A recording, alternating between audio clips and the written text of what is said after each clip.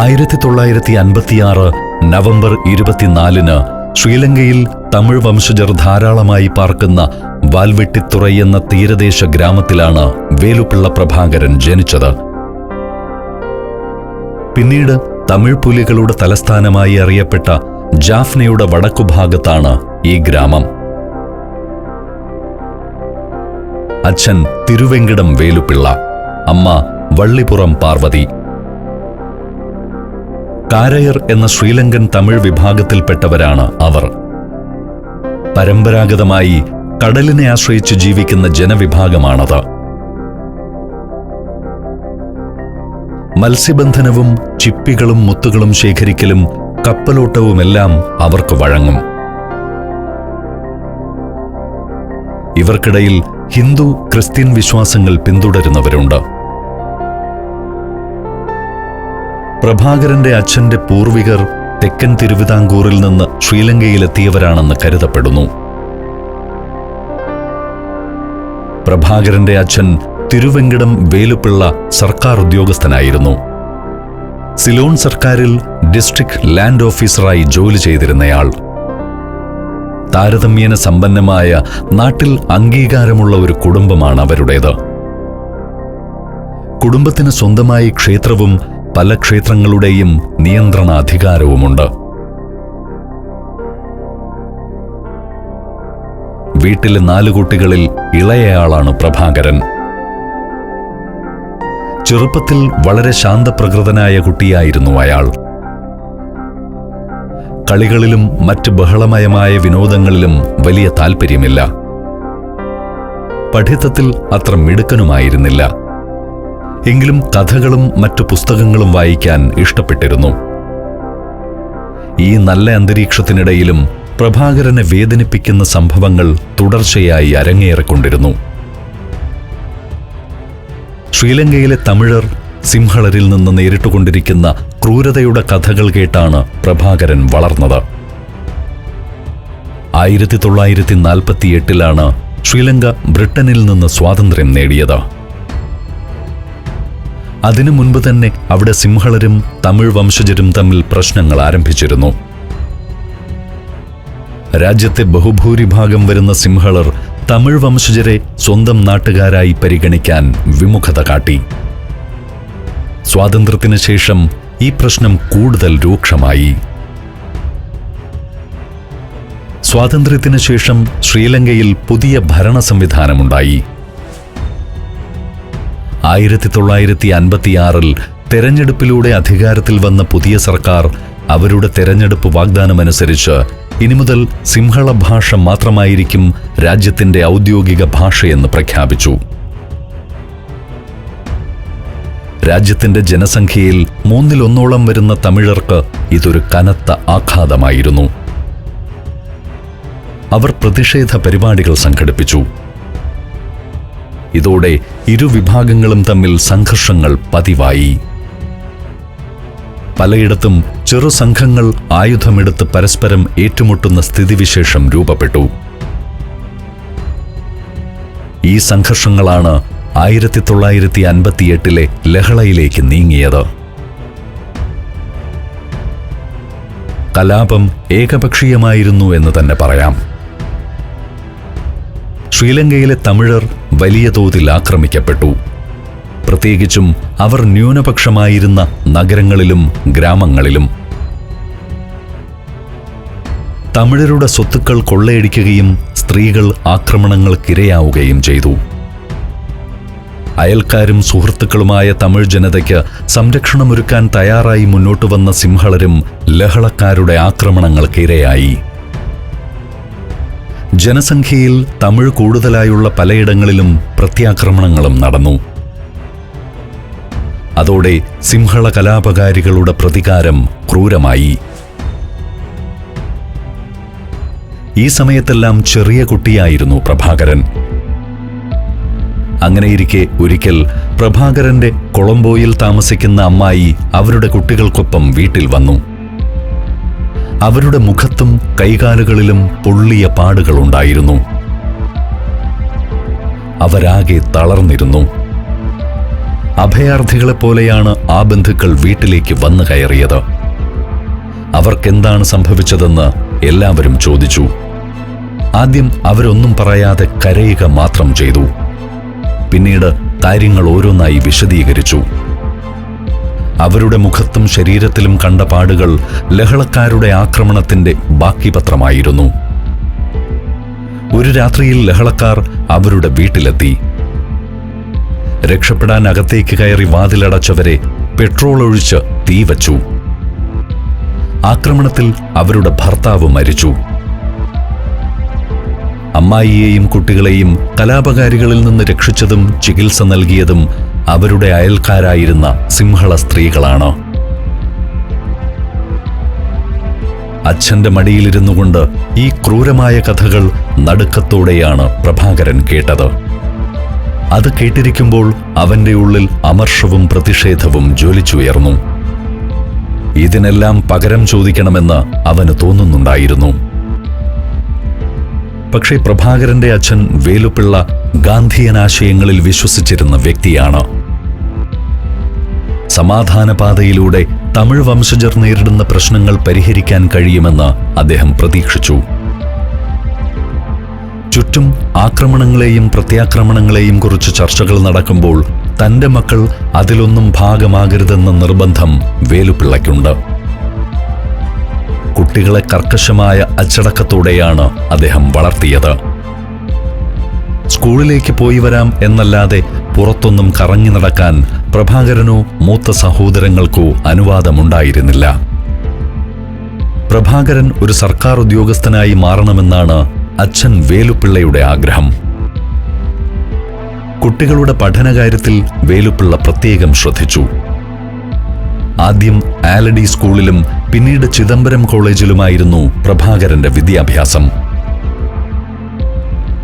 College പഠനകാലം മുതൽ പ്രഭാകരൻ രാഷ്ട്രീയത്തിൽ താൽപര്യം പ്രകടിപ്പിച്ചു തുടങ്ങി. പഠനത്തിൽ നിന്നും മകന്റെ ശ്രദ്ധ മാറുന്നതിൽ അച്ഛൻ വേലുപ്പിള്ളയ്ക്ക് ആശങ്കയുണ്ടായിരുന്നു. അദ്ദേഹം മകനെ ഒരു ട്യൂഷൻ സെന്ററിൽ ചേർത്തു. അവിടെ വെച്ചാണ് തമിഴ് ഭാഷ പഠിപ്പിക്കുന്ന വേണുഗോപാൽ എന്ന അധ്യാപകനെ പ്രഭാകരൻ പരിചയപ്പെടുന്നത്. ആ പരിചയം അദ്ദേഹത്തിന്റെ ജീവിതത്തിലെ ഒരു വഴിത്തിരിവായി. ഫെഡറൽ പാർട്ടി എന്നറിയപ്പെടുന്ന ഇലങ്കൈ തമിഴ് അരശുകക്ഷി എന്ന രാഷ്ട്രീയ പ്രസ്ഥാനത്തിന്റെ യുവജന വിഭാഗം പ്രവർത്തകനാണ് വേണുഗോപാൽ. അന്ന് ശ്രീലങ്കയിലെ തമിഴ് ന്യൂനപക്ഷ വിഭാഗത്തിന്റെ ഔദ്യോഗിക ശബ്ദമായി പ്രവർത്തിക്കുന്നത് ഫെഡറൽ പാർട്ടിയാണ്. ഫെഡറൽ പാർട്ടിയുടെ പ്രവർത്തകനാണെങ്കിലും പ്രഭാകരൻ പരിചയപ്പെടുന്ന കാലത്ത് തീവ്ര നിലപാടുകളുള്ള വിപ്ലവകാരിയാണ് വേണുഗോപാൽ. തമിഴർ നേരിടുന്ന വംശീയ പ്രശ്നങ്ങളോട് ഫെഡറൽ പാർട്ടി സ്വീകരിക്കുന്നത് ഒരു തണുപ്പൻ നിലപാടാണെന്ന അഭിപ്രായക്കാരൻ. ഇന്ത്യയിലെ ഹൈന്ദവ തീർത്ഥാടന കേന്ദ്രങ്ങളിലൂടെയുള്ള സഞ്ചാരം പെൻഡ്രൈവിൽ സ്വന്തമാക്കാൻ ഇനി പറയുന്ന നമ്പറിലേക്ക് HP എന്ന് SMS ചെയ്യുക. HP എന്നീ 2 അക്ഷരങ്ങൾ മാത്രം. ഫോൺ 9995444222. ഒടുവിൽ ഫെഡറൽ പാർട്ടിയുടെ നിലപാടുകളിൽ പ്രതിഷേധിച്ച് വേണുഗോപാലും സുഹൃത്തുക്കളും ചേർന്ന് സെൽഫ് റൂൾ പാർട്ടി എന്നൊരു സംഘടന രൂപീകരിച്ചു. ഏതാണ്ട് ഇക്കാലത്താണ് പ്രഭാകരൻ അദ്ദേഹത്തിന്റെ വിദ്യാർത്ഥിയായി വരുന്നത്. ക്ലാസ്സിൽ രാഷ്ട്രീയം പറയുമായിരുന്നു വേണുഗോപാൽ. അദ്ദേഹത്തിന്റെ നിലപാടുകൾ പ്രഭാകരനെ സ്വാധീനിച്ചു. അതിനകം തന്നെ സമാധാനപരമായ മാർഗങ്ങളിലൂടെ ശ്രീലങ്കയിൽ തമിഴ് ജനതയുടെ അവകാശങ്ങൾ നേടിയെടുക്കാൻ കഴിയില്ലെന്ന ചിന്താഗതി പ്രഭാകരനിൽ രൂപപ്പെട്ടിരുന്നു. അതിന് സമാനമായ നിലപാടുകളാണ് വേണുഗോപാലിൻ്റേതും. ധാരാളം പുസ്തകങ്ങൾ വായിക്കാൻ ഇഷ്ടപ്പെട്ടിരുന്ന പ്രഭാകരൻ ഫ്രഞ്ച് വിപ്ലവ നായകനായ നെപ്പോളിയൻ ബോണപ്പാർട്ടിന്റെ ആരാധകനായിരുന്നു. കൂടാതെ ഇന്ത്യൻ സ്വാതന്ത്ര്യ സമര നായകന്മാരായ ഭഗത് സിംഗിനെയും സുഭാഷ് ചന്ദ്രബോസിനെയും പ്രഭാകരൻ തന്റെ മാതൃകാ പുരുഷന്മാരായി കരുതി.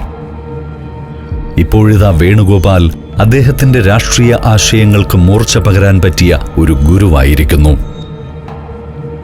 1970കളുടെ തുടക്കത്തിൽ ശ്രീലങ്കയിലെ രാഷ്ട്രീയ അന്തരീക്ഷം കൂടുതൽ കലുഷിതമായിരുന്നു.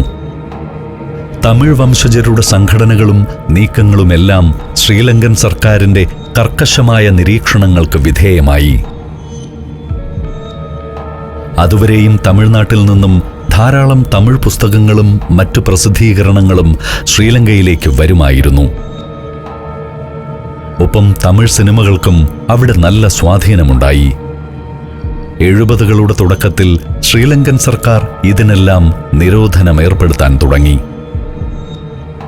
തമിഴ്നാട്ടിൽ ശക്തമായിരുന്ന DMK പോലെയുള്ള കക്ഷികൾ ശ്രീലങ്കയിൽ പ്രവർത്തിക്കുന്നതിനും നിരോധനം കൊണ്ടുവന്നു. ഇന്ത്യയിലെ തമിഴ് ജനതയുമായി ശ്രീലങ്കൻ തമിഴർക്ക് ഒരു സാംസ്കാരിക വിനിമയവും പാടില്ലെന്ന അവസ്ഥ. ഇത് ശ്രീലങ്കയ്ക്ക് സ്വയം പര്യാപ്തത നേടാൻ വേണ്ടിയുള്ള ഒരു നീക്കമാണെന്ന് സർക്കാർ അവകാശപ്പെട്ടു. യാഥാർത്ഥ്യം അതല്ലെന്ന് പകൽ പോലെ വ്യക്തമായിരുന്നു.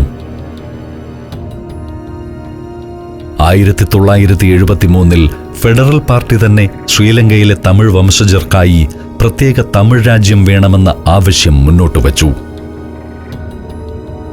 1976 അവർ മറ്റ് തമിഴ് രാഷ്ട്രീയ സംഘടനകളുമായി ചേർന്ന് തമിഴ് യുണൈറ്റഡ് ലിബറേഷൻ ഫ്രണ്ട് എന്ന പുതിയ രാഷ്ട്രീയ പാർട്ടിക്ക് രൂപം നൽകി.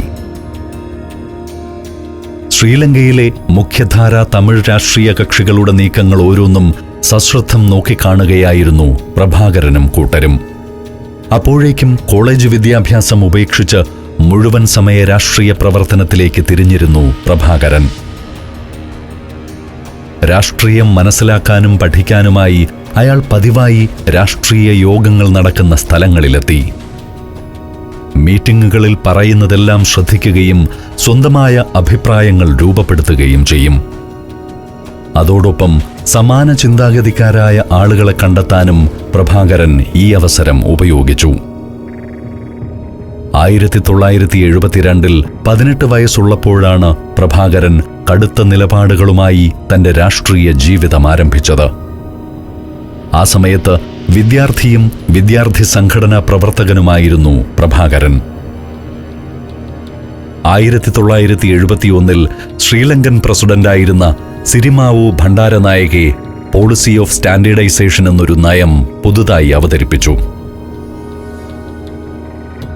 അതനുസരിച്ച് യൂണിവേഴ്സിറ്റികളിൽ ചില പ്രത്യേക വിഭാഗങ്ങളിൽ തമിഴ് വിദ്യാർത്ഥികൾക്കുള്ള അവസരങ്ങൾ വെട്ടിച്ചുരുക്കി. ഇതോടെ തമിഴ് വിദ്യാർത്ഥികളും സർക്കാരും തമ്മിലുള്ള സംഘർഷം രൂക്ഷമായി. പ്രഭാകരനും കൂട്ടരും അക്രമാസക്തമായ സമരരീതികൾ സ്വീകരിക്കാൻ തീരുമാനിച്ച സന്ദർഭം ഇതാണ്. തമിഴ് ജനതയ്ക്കെതിരായ സർക്കാർ നീക്കങ്ങളെ സായുധമായി തന്നെ നേരിടുമെന്ന പ്രതിജ്ഞയുമായി ഒരു സംഘം യുവാക്കൾ ഒത്തുകൂടി. സത്യശീലൻ എന്ന വിദ്യാർത്ഥി തമിഴ് യൂത്ത് ലീഗ് എന്ന സംഘടന രൂപീകരിക്കാൻ നേതൃത്വം നൽകി. 40ഓളം യുവാക്കളാണ് ആദ്യം ഇതിലുണ്ടായിരുന്നത്. പ്രഭാകരൻ ഈ സംഘത്തിൽ അംഗമായിരുന്നു. പൊന്നുതുരൈ ശിവകുമാരൻ, കെ പത്മനാഭ എന്നീ വിദ്യാർത്ഥികളും ഈ സംഘത്തിന്റെ നേതൃനിരയിൽ വന്നു. പിന്നീട് വിവിധ തീവ്രവാദി ഗ്രൂപ്പുകളുടെ നേതൃനിരയിൽ എത്തിയവരാണ് ഇവരോരോരുത്തരും. പ്രഭാകരൻ ഈ സന്ദർഭത്തിൽ ആയോധന വിദ്യകളിലും പരിശീലനം നേടുന്നുണ്ടായിരുന്നു. അധ്യാപകനായ വേണുഗോപാലിനൊപ്പം തമിഴ് യൂത്ത് ഫ്രണ്ട് എന്ന സംഘടനയിൽ പ്രവർത്തിക്കുന്ന കാലത്ത് തന്നെ അയാൾ ബോംബ് നിർമ്മാണത്തിൽ വൈദഗ്ധ്യം നേടി. ഒരിക്കൽ ബോംബ് നിർമ്മാണത്തിനിടയിലുണ്ടായ സ്ഫോടനത്തിൽ കാലിന് പരിക്കേൽക്കുകയും ചെയ്തു. സ്ഫോടന ഫലമായുണ്ടായ മുറിവ് ഉണങ്ങിയെങ്കിലും കാലിൽ കറുത്ത പാടുകൾ അവശേഷിച്ചു. ഈ സാഹചര്യത്തിൽ അദ്ദേഹത്തിന് കരികാലൻ എന്നൊരു പേരുകൂടി വീണു. ബോംബ് സ്ഫോടനത്തെ തുടർന്ന് കുറേക്കാലം പ്രഭാകരൻ ഒളിവിലായിരുന്നു. പിന്നീട് വീണ്ടും രാഷ്ട്രീയത്തിൽ സജീവമായി. 1972 തമിഴ് യൂത്ത് ലീഗിൽ നിന്നും വിട്ട് പ്രഭാകരൻ തമിഴ് ന്യൂ ടൈഗേഴ്സ് എന്ന സംഘടനയ്ക്ക് രൂപം നൽകി. കടുവയെ അടയാളമാക്കിക്കൊണ്ട് ഒരു പതാകയും തയ്യാറാക്കി. കൂടുതലും രഹസ്യമായ പ്രവർത്തനങ്ങളാണ് ഈ സംഘടന നടത്തിവന്നത്.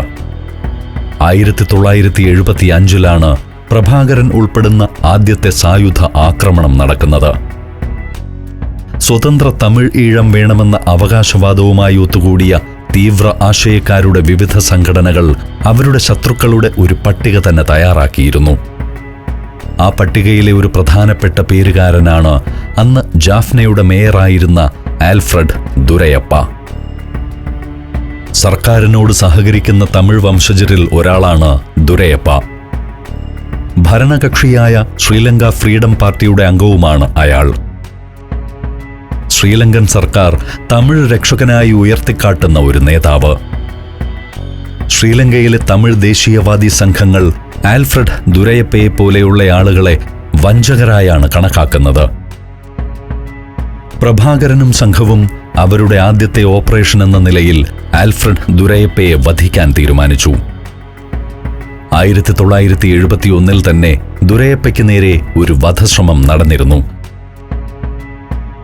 അന്ന് തമിഴ് തീവ്രവാദ സംഘടനാ നേതാവായ പൊൻ ശിവകുമാരൻ അയാളുടെ കാറിന് നേരെ ബോംബെറിയുകയായിരുന്നു. ജാഫ്നയിൽ സെക്കൻഡ് ക്രോസ് റോഡിൽ പാർക്ക് ചെയ്തിരുന്ന കാറിൽ അപ്പോൾ ദുരയപ്പ ഉണ്ടായിരുന്നില്ല. അതുകൊണ്ട് അയാൾ അന്ന് രക്ഷപ്പെട്ടു. 1974 ജാഫ്നയിൽ നടന്ന വേൾഡ് തമിഴ് റിസർച്ച് കോൺഫറൻസിന് നേരെ പോലീസ് അതിക്രമമുണ്ടായി. 11 ആളുകൾ കൊല്ലപ്പെട്ടു. എന്നിട്ടും സർക്കാരിന്റെ ഭാഗമായി തുടരുന്ന ദുരയപ്പയെ വകവരുത്താൻ പ്രഭാകരനും കൂട്ടരും തീരുമാനിച്ചു. ദുരയപ്പയുടെ ഭാര്യ അക്കാലത്ത് ബ്രൂണയിൽ ഡോക്ടറായി ജോലി ചെയ്യുകയാണ്. അയാൾ ഭാര്യയെ സന്ദർശിച്ചു മടങ്ങിയെത്തുന്ന അവസരത്തിനായി അവർ കാത്തിരുന്നു. 1975 ജൂലൈ 27 മടങ്ങിയെത്തിയ ദുരയപ്പ മകൾക്കൊപ്പം പൊന്നലയിലുള്ള വരദരാജ പെരുമാൾ ക്ഷേത്രം സന്ദർശിക്കാൻ വരുമെന്ന വിവരം പ്രഭാകരനും കൂട്ടർക്കും കിട്ടി. ദുരയപ്പയും മകളും അദ്ദേഹത്തിന്റെ കാറിൽ വന്ന് ക്ഷേത്രമുറ്റത്തിറങ്ങിയ സന്ദർഭത്തിൽ ഒരു സംഘം അവർക്ക് നേരെ വെടിയുതിർത്തു. ആൽഫ്രഡ് ദുരയപ്പ കൊല്ലപ്പെട്ടു.